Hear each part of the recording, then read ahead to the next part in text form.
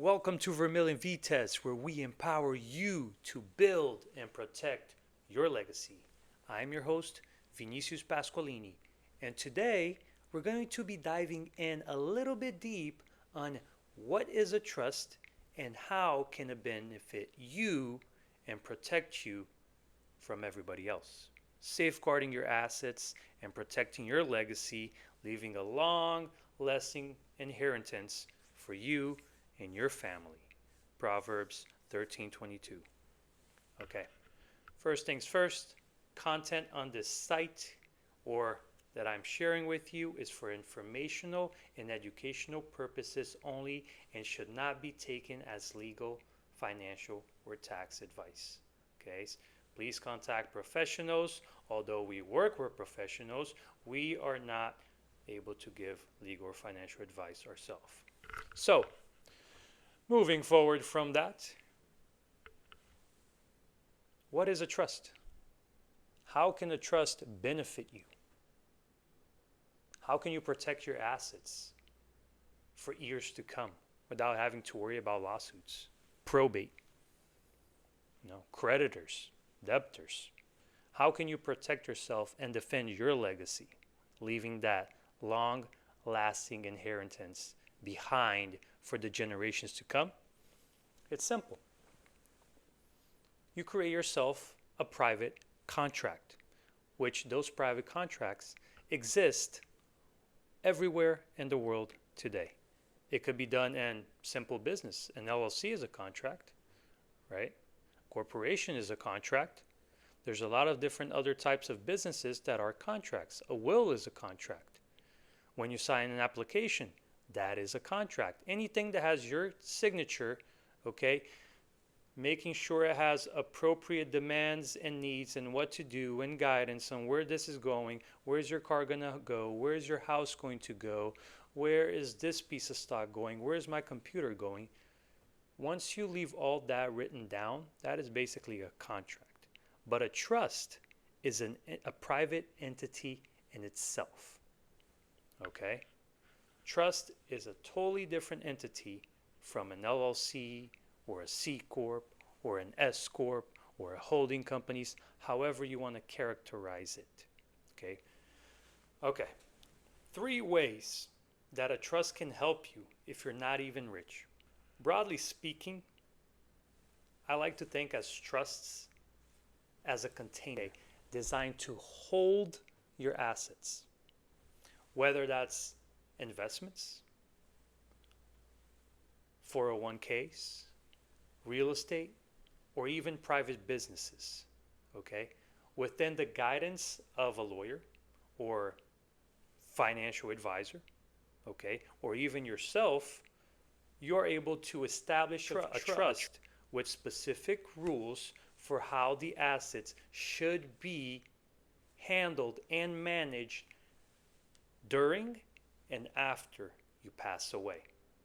Okay, ensuring that your assets go exactly where you want to go, skipping probate, right? So that means Uncle Sam is not going to go and be like, okay, let's go to court. Who's going to get what? Because he didn't leave anything in writing. Let's say you have $10 million, right? And now what?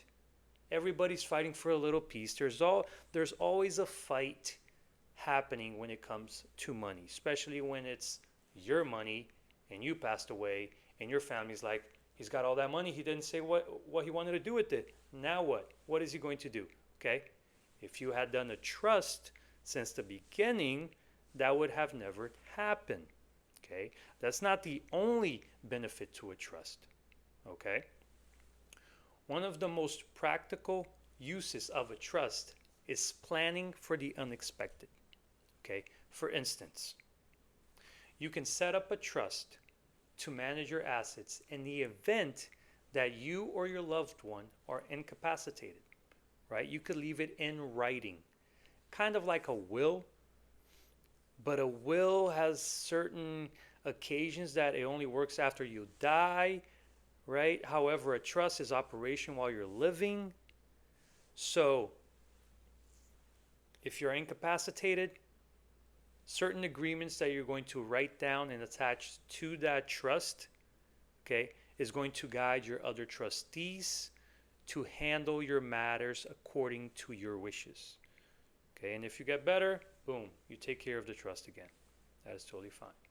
Okay, so number one, more control over your own assets. Okay, that's number one.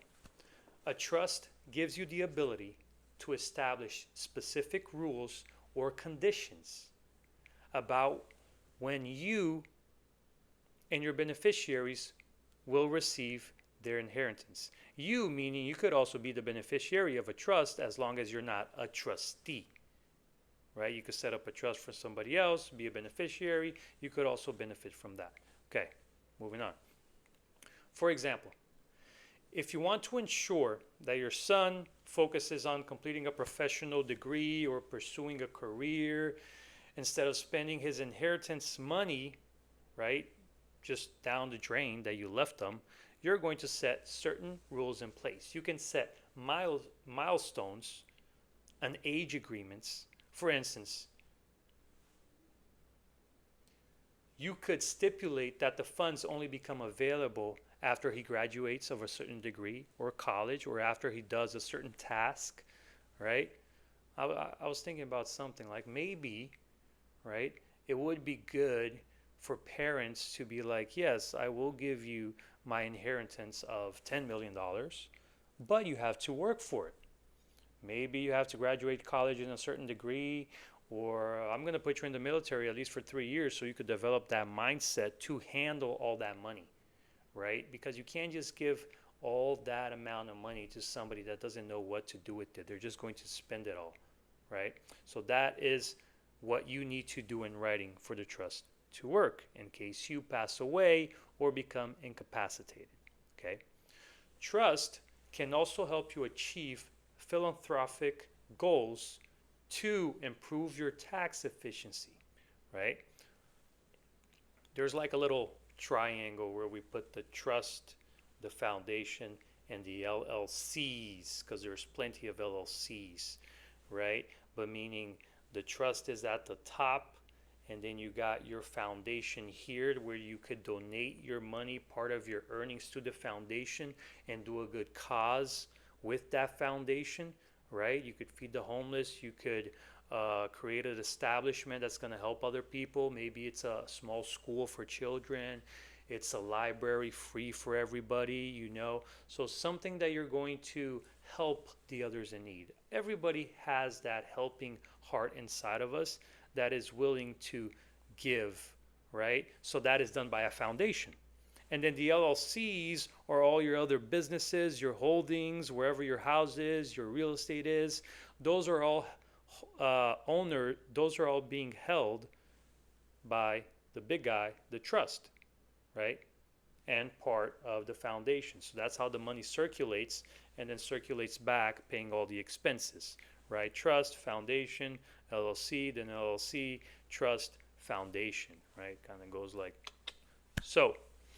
So that's kind of like a little more control over your assets. You're able to control everything on where is it going, okay? How are you going to administer it? You could put a car in one LLC. That's what we recommend. We don't recommend putting two cars on the same LLC. That's liability, right? Because if something happens to that car and somebody sues you, guess what? You have two cars on the LLC, and now those two cars could be taken away, right? So same thing with a home. You want to make sure you open an LLC for every single real estate property that you have. It's not a big trouble at all, right? It's easy. Nowadays you could go to you could go online. There's all these different platforms there that you could just click of a button, $100, you could get yourself an LLC, right? You just got to make sure which one is the best for tax efficiency. So, oh, don't even get me started on privacy, because you're going to need that trust at the top that you're going to establish to get you privacy on the LLCs, because an LLC is a public, right? It's for the public.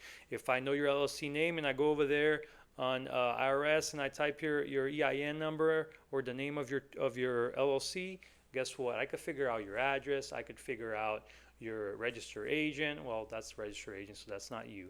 So we could figure out your name if you don't have it changed to your registered agent or your trust, right, owning the LLC.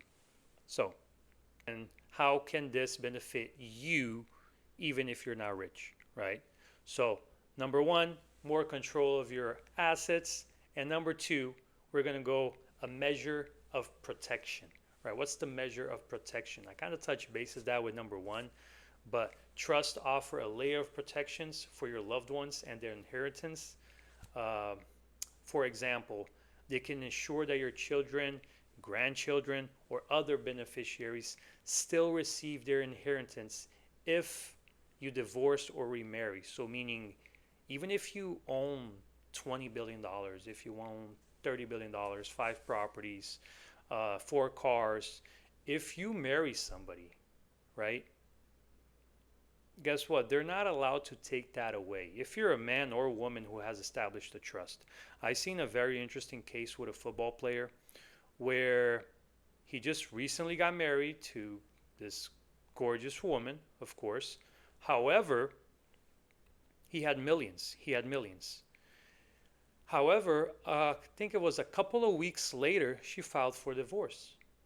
Now, how interesting is that? A millionaire football player just married this gorgeous woman, not for the money, right? But a couple of weeks later, she filed for divorce and she wanted to sue him for a bunch of money, right? Because, all these different things. So, what was the final verdict? He didn't own any of his assets. He didn't even own his name. He trademarked his name, right? Everything he had, he placed it on a trust with his mom name on it, and he was only the manager of that trust, meaning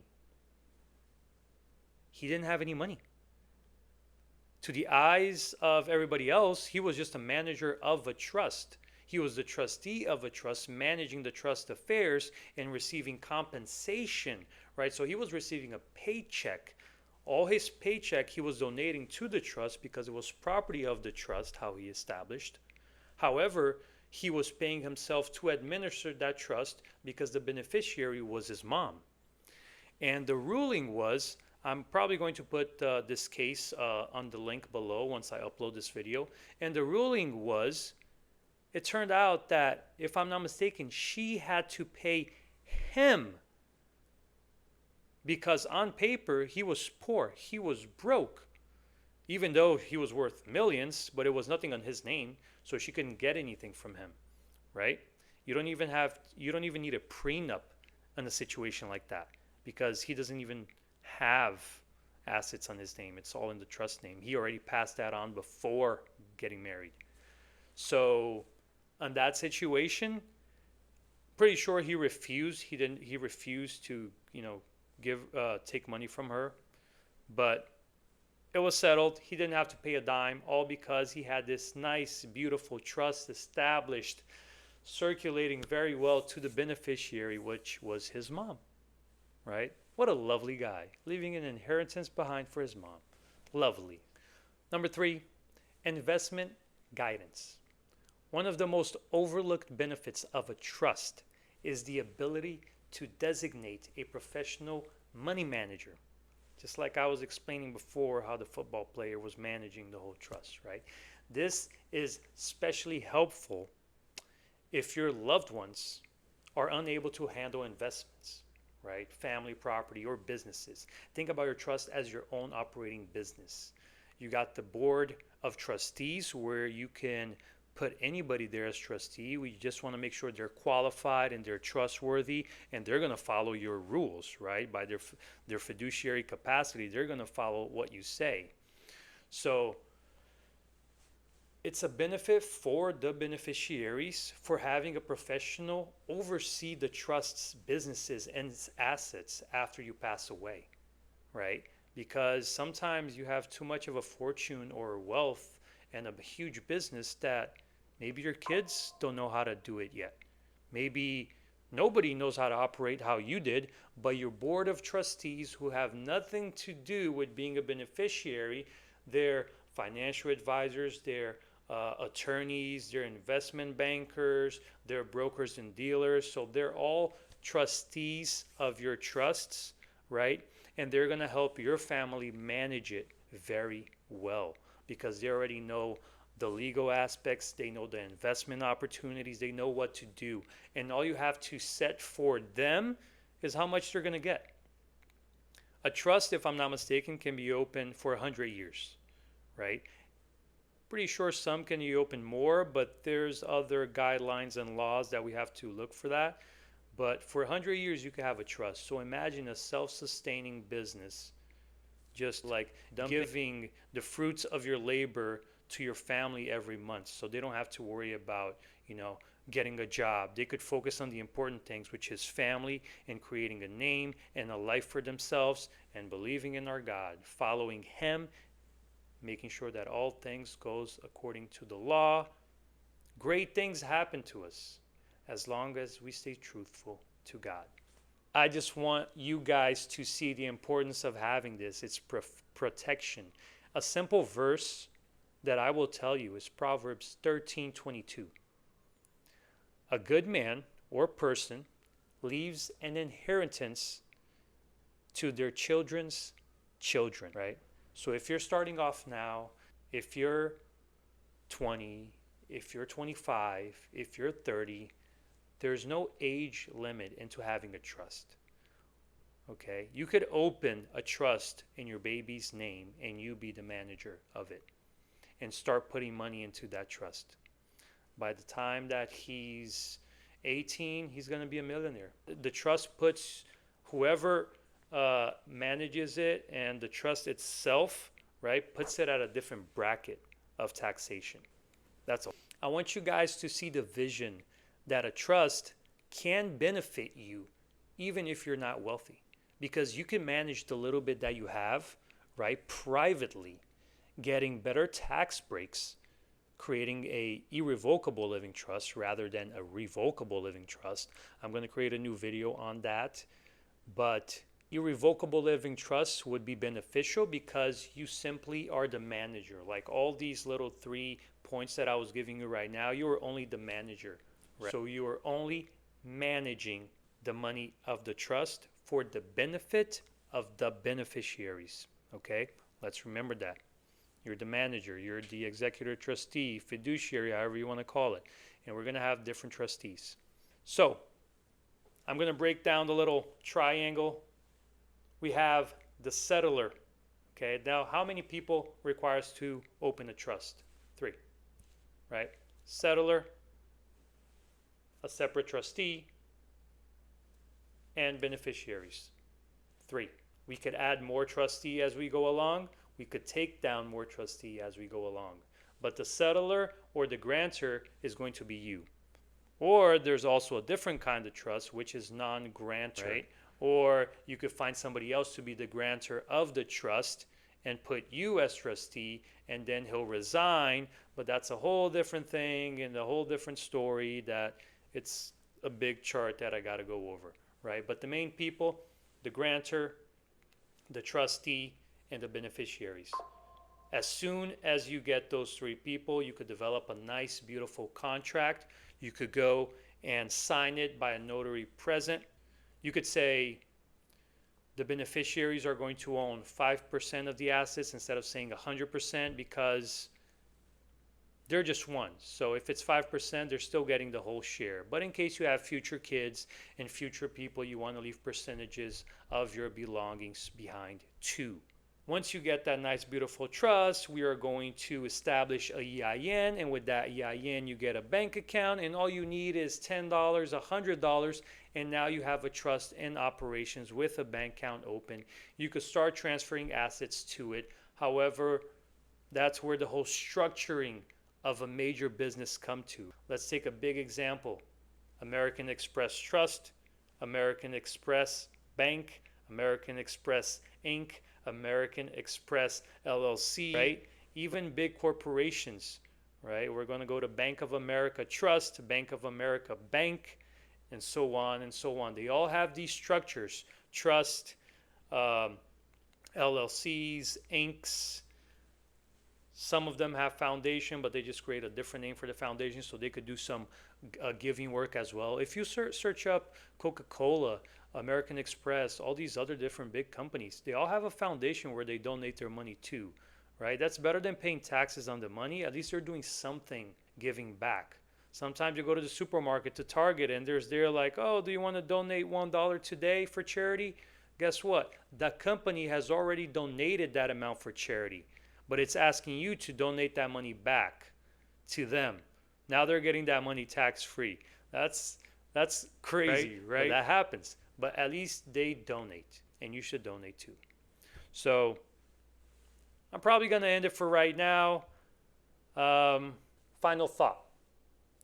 A trust is just one piece of a larger plan you can put in place to secure your legacy. The beauty of a trust is that they are flexible and can be adjusted over time to meet your changing needs and goals.